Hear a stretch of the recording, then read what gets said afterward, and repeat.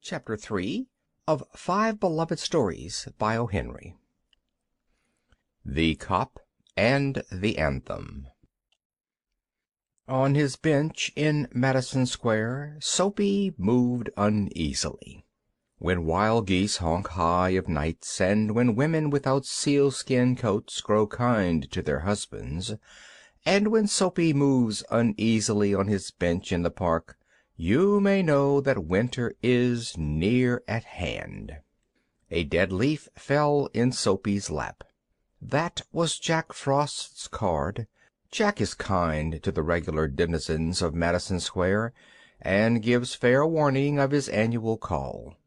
At the corners of 4 streets he hands his pasteboard to the North Wind, footman of the Mansion of All Outdoors, so that the inhabitants thereof may make ready.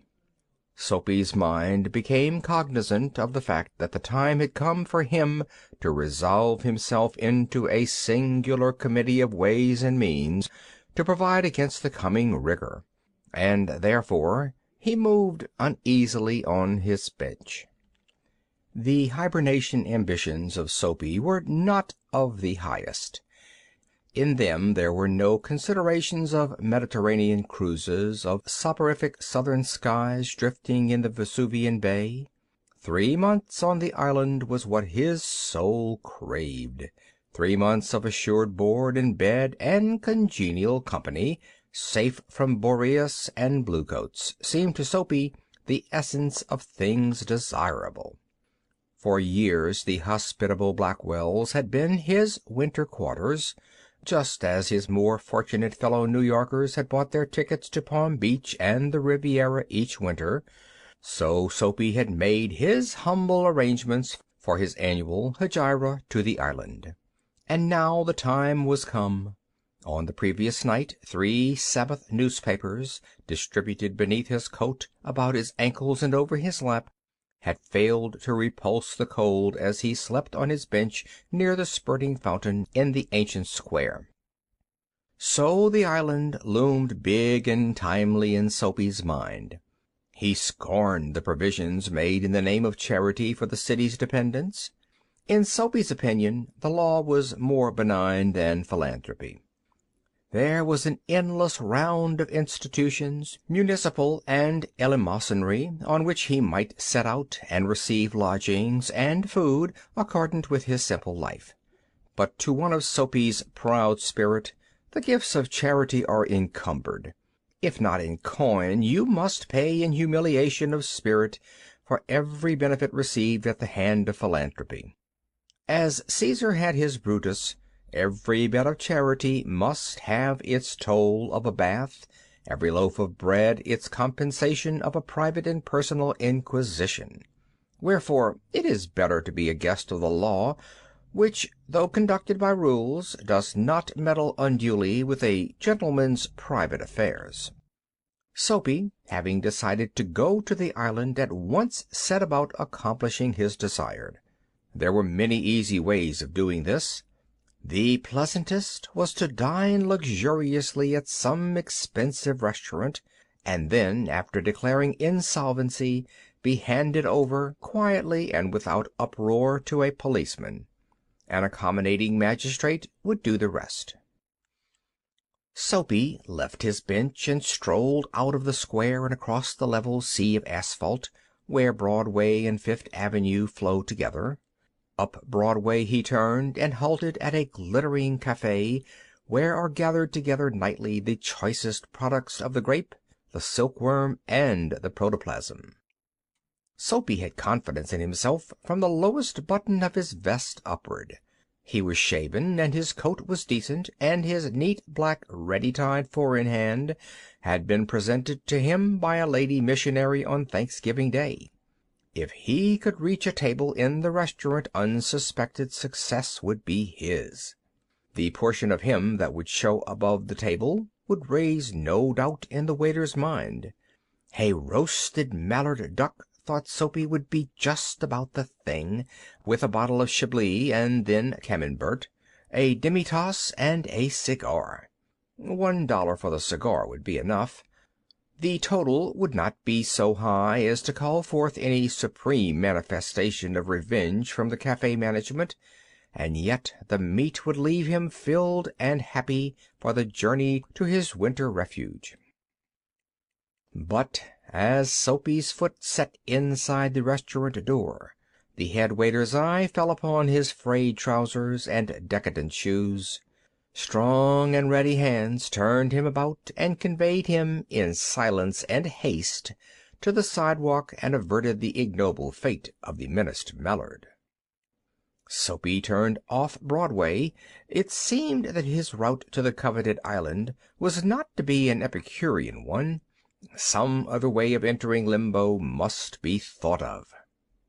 At the corner of 6th Avenue, electric lights and cunningly displayed wares behind plate glass made a shop window conspicuous. Soapy took a cobblestone and dashed it through the glass. People came running around the corner, a policeman in the lead. Soapy stood still with his hands in his pockets and smiled at the sight of brass buttons. "Where's the man that done that?" inquired the officer excitedly. "Don't you figure out that I might have had something to do with it?" said Soapy, not without sarcasm, but friendly as one greets good fortune. The policeman's mind refused to accept Soapy even as a clue. Men who smash windows do not remain to parley with the law's minions. They take to their heels. The policeman saw a man halfway down the block running to catch a car. With drawn club he joined in the pursuit. Soapy, with disgust in his heart, loafed along, twice unsuccessful. On the opposite side of the street was a restaurant of no great pretensions. It catered to large appetites and modest purses. Its crockery and atmosphere were thick, its soup and napery thin. Into this place Soapy took his accusive shoes and telltale trousers without challenge. At a table he sat and consumed beefsteak, flapjacks, doughnuts, and pie, and then to the waiter he betrayed the fact that the minutest coin and himself were strangers. "Now get busy and call a cop," said Soapy, "and don't keep a gentleman waiting." "No cop for use," said the waiter, with a voice like buttery cakes and an eye like a cherry in a Manhattan cocktail. "Hey, Con!" Neatly upon his left ear, on the callous pavement, two waiters pitched Soapy. He arose joint by joint as a carpenter's rule opens, and beat the dust from his clothes. Arrest seemed but a rosy dream. The island seemed very far away. A policeman who stood before a drugstore 2 doors away laughed and walked down the street. 5 blocks Soapy traveled before his courage permitted him to woo capture again. This time the opportunity presented what he fatuously termed to himself a cinch. A young woman of a modest and pleasing guise was standing before a show window, gazing with sprightly interest at its display of shaving mugs and inkstands, and 2 yards from the window a large policeman of severe demeanor leaned against a water plug. It was Soapy's design to assume the role of the despicable and execrated masher. The refined and elegant appearance of his victim, and the contiguity of the conscientious cop, encouraged him to believe that he would soon feel the pleasant official clutch upon his arm that would ensure his winter quarters on the right tight little isle. Soapy straightened the lady missionary's ready-made tie, dragged his shrinking cuffs into the open, set his hat at a killing cant, and sidled toward the young woman. He made eyes at her, was taken with sudden coughs and hems, smiled, smirked, and went brazenly through the impudent and contemptible litany of the masher. With half an eye, Soapy saw that the policeman was watching him fixedly. The young woman moved away a few steps, and again bestowed her absorbed attention upon the shaving mugs. Soapy followed, boldly stepping to her side, raised his hat, and said, "Ah, there, Bedelia, don't you want to come and play in my yard?" The policeman was still looking. The persecuted young woman had but to beckon a finger, and Soapy would be practically en route for his insular heaven. Already he imagined he could feel the cozy warmth of the station house. The young woman faced him, and, stretching out a hand, caught Soapy's coat sleeve. "Sure, Mike," she said joyfully. "If you'll blow me to a pail of suds, I'd have spoke to you sooner, but the cop was watching." With the young woman playing the clinging ivy to his oak, Soapy walked past the policeman, overcome with gloom. He seemed doomed to liberty. At the next corner he shook off his companion and ran. He halted in the district where by night are found the lightest streets, hearts, vows, and librettos. Women in furs and men in greatcoats moved gaily in the wintry air. A sudden fear seized Soapy that some dreadful enchantment had rendered him immune to arrest. The thought brought a little of panic upon it, and when he came upon another policeman lounging grandly in front of a transplendent theater, he caught at the immediate straw of disorderly conduct. On the sidewalk, Soapy began to yell drunken gibberish at the top of his harsh voice. He danced, howled, raved, and otherwise disturbed the welkin. The policeman twirled his club, turned his back to Soapy, and remarked to a citizen, "'Tis one of them Yale lads celebrating the goose egg they give to the Hartford College. Noisy, but no harm. We've instructions to lave 'em be." Disconsolate, Soapy seized his unavailing racket. Would never a policeman lay hands on him? In his fancy the island seemed an unattainable Arcadia. He buttoned his thin coat against the chilling wind. In a cigar store he saw a well-dressed man lighting a cigar at a swinging light. His silk umbrella he had set by the door on entering. Soapy stepped inside, secured the umbrella, and sauntered off with it slowly. The man at the cigar light followed hastily. "My umbrella," he said sternly. "Oh, is it?" sneered Soapy, adding insult to petty larceny. "Well, why don't you call a policeman? I took it. Your umbrella. Why don't you call a cop? There stands one on the corner." The umbrella owner slowed his steps. Soapy did likewise, with a presentiment that luck would again run against him. The policeman looked at the two curiously. "Of course," said the umbrella man. "That is, well, you know how these mistakes occur. If it's your umbrella, I hope you'll excuse me. I picked it up this morning at a restaurant. If you recognize it as yours, why, I hope you'll—" "Of course it's mine," said Soapy viciously. The ex-umbrella man retreated. The policeman hurried to assist a tall blonde in an opera cloak across the street in front of a streetcar that was approaching 2 blocks away. Soapy walked eastward through a street damaged by improvements. He hurled the umbrella wrathfully into an excavation. He muttered against the men who wear helmets and carry clubs. Because he wanted to fall into their clutches, they seemed to regard him as a king who could do no wrong. At length Soapy reached one of the avenues to the east, where the glitter and turmoil was but faint. He set his face down this toward Madison Square, for the homing instinct survives even when the home is a park bench.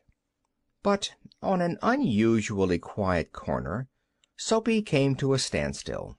Here was an old church, quaint and rambling and gabled. Through one violet-stained window a soft light glowed, where, no doubt, the organist loitered over the keys, making sure of his mastery of the coming Sabbath anthem. For there drifted out to Soapy's ears sweet music that caught and held him transfixed against the convolutions of the iron fence. The moon was above, lustrous and serene. Vehicles and pedestrians were few. Sparrows twittered sleepily in the eaves. For a little while the scene might have been a country churchyard. and the anthem that the organist played cemented Soapy to the iron fence, for he had known it well in the days when his life contained such things as mothers and roses and ambitions and friends and immaculate thoughts and collars. The conjunction of Soapy's receptive state of mind and the influences about the old church wrought a sudden and wonderful change in his soul. He viewed with swift horror the pit into which he had tumbled, the degraded days, unworthy desires, dead hopes, wrecked faculties and base motives that made up his existence. And also, in a moment, his heart responded thrillingly to this novel mood. An instantaneous and strong impulse moved him to battle with his desperate fate. He would pull himself out of the mire. He would make a man of himself again. He would conquer the evil that had taken possession of him. There was time. He was comparatively young yet. He would resurrect his old eager ambitions and pursue them without faltering. Those solemn but sweet organ notes had set up a revolution in him. Tomorrow he would go into the roaring downtown district and find work. A fur importer had once offered him a place as driver. He would find him tomorrow and ask for the position. He would be somebody in the world. He would... Soapy felt a hand laid on his arm. He looked quickly around into the broad face of a policeman. "What are you doing here?" asked the officer.